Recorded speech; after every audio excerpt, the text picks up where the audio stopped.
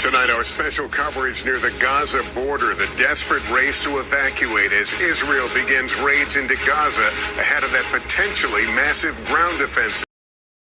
Strikes and chaos inside northern Gaza after Israel ordered more than 1 million people to evacuate to the south. Hamas saying an Israeli airstrike hit a convoy of fleeing civilians. 70 dead, mostly women and children. Leaflets dropped on the strip warning, "Get out now."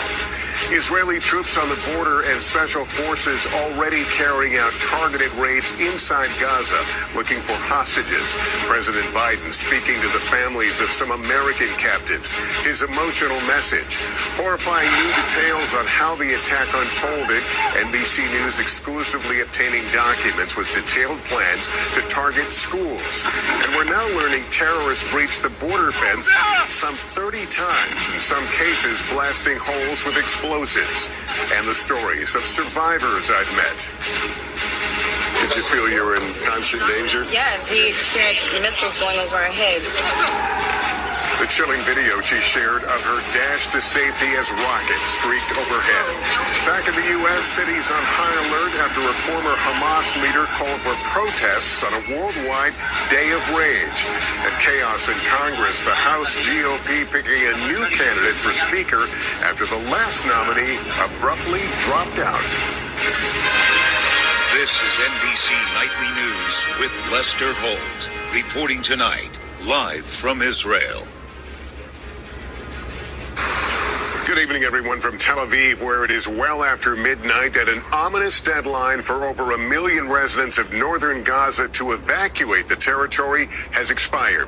Against the objections of the UN, which warned the evacuation of so many people at one time would risk a humanitarian disaster, Israel telling Gazans they had just 24 hours to evacuate the northern portion of the Gaza Strip, a move that is widely seen as an opening step in a massive ground operation against dug-in Hamas militants. Israel dropping leaflets into Gaza, warning residents of the deadline. Hamas urging people to stay.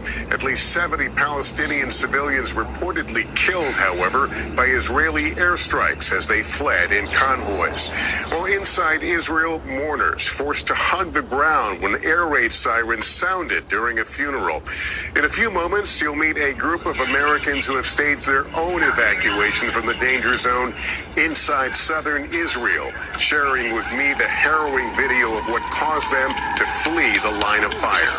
Richard Engel is in Israel, close to the Gaza border, and starts us off tonight. Richard, what are you seeing? A lot of military activity, Lester. There are drones overhead right now. The airstrikes are continuing. And the people of Gaza City, which is completely blacked out behind me, are bracing for a ground assault that could come at any moment. Bombs are raining down on Gaza tonight. The Israeli military saying some forces have already entered Gaza to gather intelligence to recover hostages. Ahead of an anticipated full-scale ground invasion, one that will be a challenge for Israeli troops as Hamas fighters use an underground network of tunnels to their advantage. Israel gave 1.1 million Palestinians in northern Gaza 24 hours to head south to save their lives. Some heeded the order, fleeing in vehicles, on foot, and horse-drawn carts. But most have not left, according to our contacts inside Gaza. Many Gazans are already refugees from previous wars, and they're determined not to be made refugees again, and they have nowhere to go. Salma Sharab, a 22-year-old dental student, is keeping a video journal. Every time I close my eye, I either hear a bomb or see a light or hear a noise or hear a scream or hear a neighbor evacuating. So I'm like, should I evacuate now or should I just wait for my death in my own house? It's really confusing. This is my bed. I've moved it several times this night, trying to find the safest room to be with my family. Medical workers say they aren't leaving, that they can't abandon the wounded already flooding in. Our local camera crew visited the Shifa hospital in Gaza City and found it in a state of collapse. With all the beds full, patients are treated on the floor, sheets used for stretchers. Israel says it's only targeting Hamas. But there were wounded children everywhere. In some cases, even those trying to flee are attacked. Medical officials told us most of these victims, 200 of them, were injured by Israeli airstrikes as they were trying to escape Gaza City in a convoy, and that 70 were killed. We were heading to the south, and they bombed us. God will punish them for this, says Noor Shaladan. The Gaza Strip is 139 square miles, bordered by Israel, the Mediterranean Sea, and Egypt.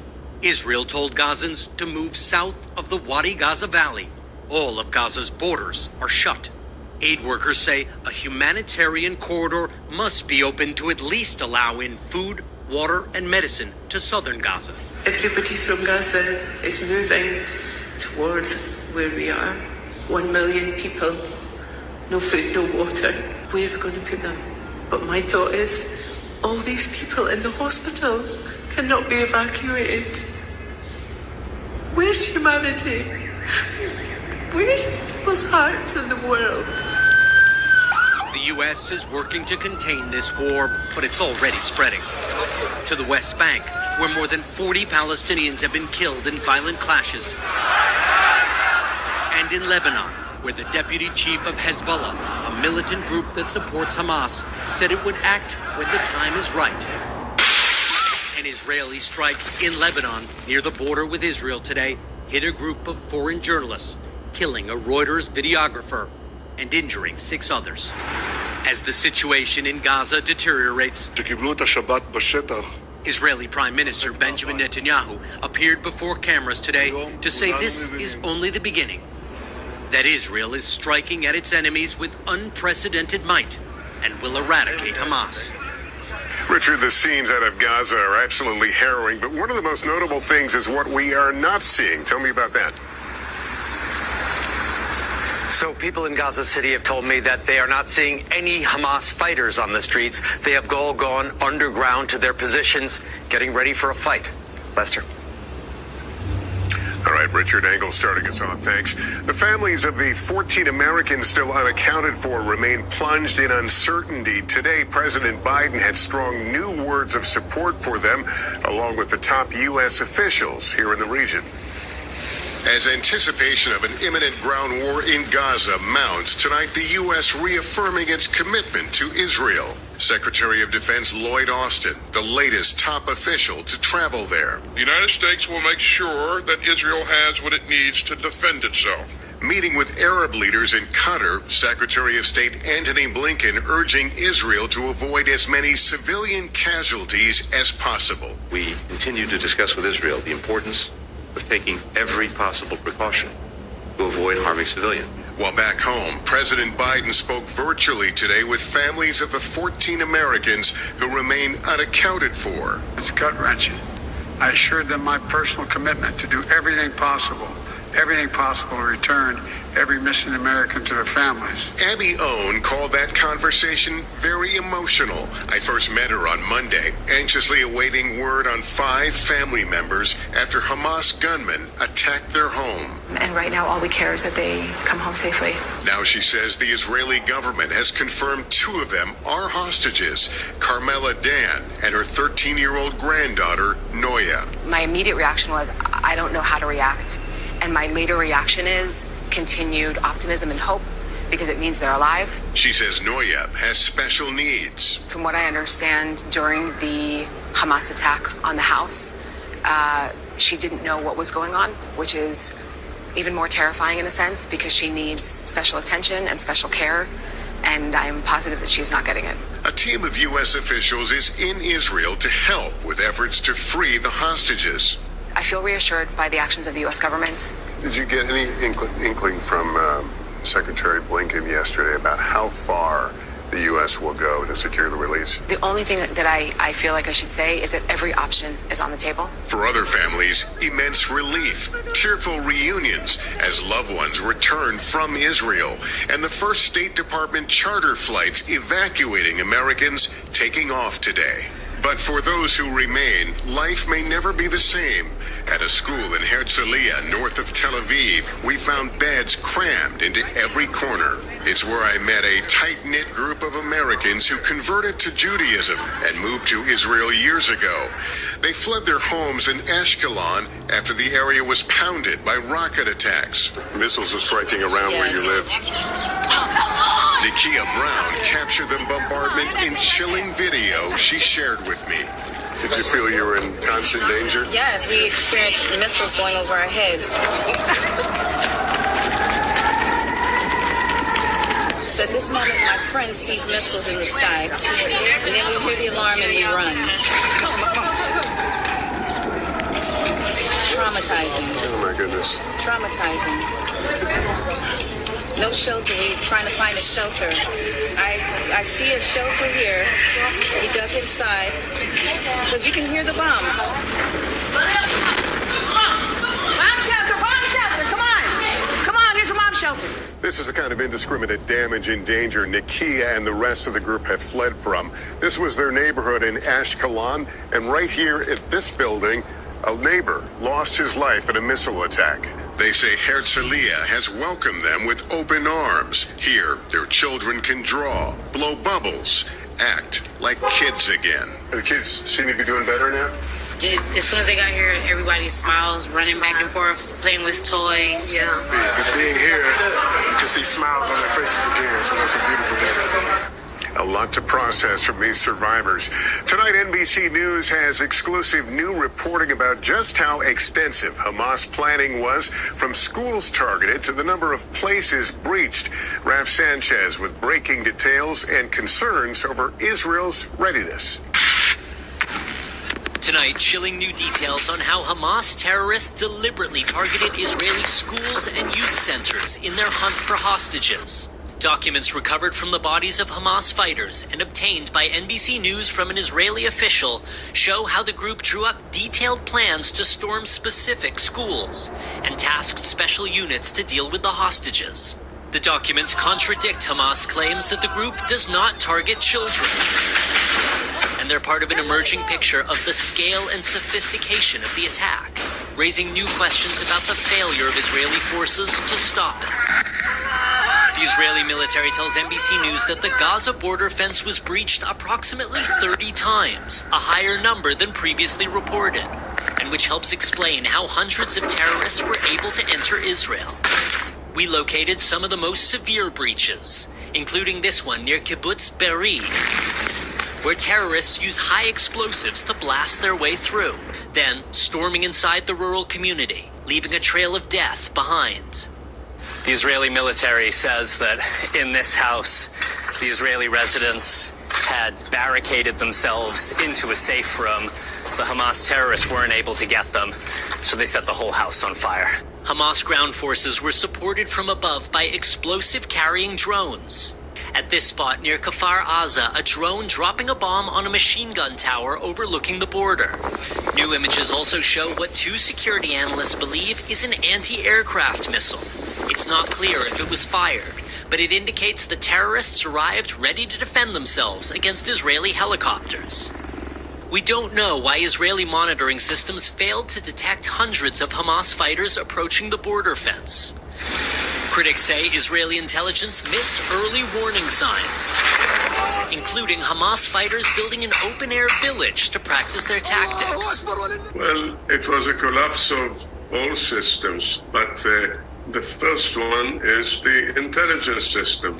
And painful questions over the slow response of Israeli troops once the attack was underway. It's not the success of Hamas, it's more the failure of the Israeli defense. Yoram Erez was a senior Israeli officer stationed along the Gaza border. What's the single thing that shocks you the most? And none of them was in full gear. In Israel for decades, there's a drill that before the dawn rise, this is the most important and sensitive time that the enemy can attack. We asked the Israeli military's top spokesman. What went wrong here? Was this an intelligence failure? Was it a failure of the units on the border? What went wrong? This is a plan that was being planned, a massive scale plan. Why we didn't know? We will find out why we didn't know. Why we didn't know. But now, we're not into that. Our mindset now is in the other side of the border. A military with a difficult fight ahead and difficult questions to answer. Raf Sanchez, NBC News, Ashdod. In 60 seconds, America on high alert on a day of protests, anger, and tension. Right after this. This escalating war was on the minds of so many Americans at home today, playing out in protests, raw emotions, and heightened security around the country. Blaine Alexander now with that story. From the shadow of the U.S. Capitol to the nation's heartland. Free, free Palestine! Tonight, from coast to coast, thousands are spilling into the streets in emotional protests over the Israel-Hamas war. I stand in solidarity with my Palestinian friends and all my friends who want an end to occupation and a just and lasting peace. In New York, where all officers have been ordered in uniform and on duty, more than 1,000 people packed into Times Square, where officials are watching from the ground and above. All of it comes on the day declared by a former Hamas leader as a global day of anger. But in New York, we found peaceful protesters showing up to voice their own perspectives. I feel bad because the people die. Like, what is, for what? For the land, they must have it. They have to sit down and they talk. This is difficult for you. Yeah. This is a lot to wrestle with. Yeah, I mean, I am Israeli, but I'm also human. Like, I don't want anybody to be suffering. Nobody deserves to die. No children deserve to die. Not on the Israeli side, not on the Palestinian side. It's really horrible. Tonight, police remain on high alert. Law enforcement officials tell NBC News they are monitoring a lot of chatter on social media, both domestic and global, but stress there are no specific credible threats. At Jewish schools and places of worship across the country, a steady stream of added security as synagogues prepare to observe the first Sabbath since last week's attack. And the Sabbath begins at sundown. Now tonight, despite that heavy security, many Jewish leaders are vowing to keep their doors open and urging their members to come out and worship. Lester? Blaine Alexander tonight, thank you. Ahead for us, Republicans have another nominee for Speaker after Steve Scalise's stunning dropout. Can the party unify? Next. At the end of another chaotic week at the U.S. Capitol, Republicans nominated Jim Jordan to be the next House Speaker late today after Steve Scalise abandoned his bid. Ryan Nobles is following this minute by minute. Ryan, where do things stand? Lester, right now, the House Speaker's race probably won't be voted on until early next week. The Republicans' new nominee, Jim Jordan, still needs to build support to guarantee that he can have 217 votes when this goes to a vote on the full House floor. Now, Jordan did win an internal party vote today, but by a slim margin to Austin Scott, a little-known congressman from Georgia. A second ballot, though, revealed that more than 50 Republicans are not comfortable supporting Jordan on the House floor, and he can only afford to lose 4 Republican votes if he wants to be the next speaker. Now, Jordan supporters remain optimistic that he can win over his skeptical colleagues. Now, without a speaker, no legislation can move through the Congress. That includes the potential of a hefty aid package to support Israel in its war against Hamas, something the White House has forecasted could come very soon. Lester? Ryan Nobles tonight, thank you. Coming up, Sabbath by candlelight as families across the region mourn.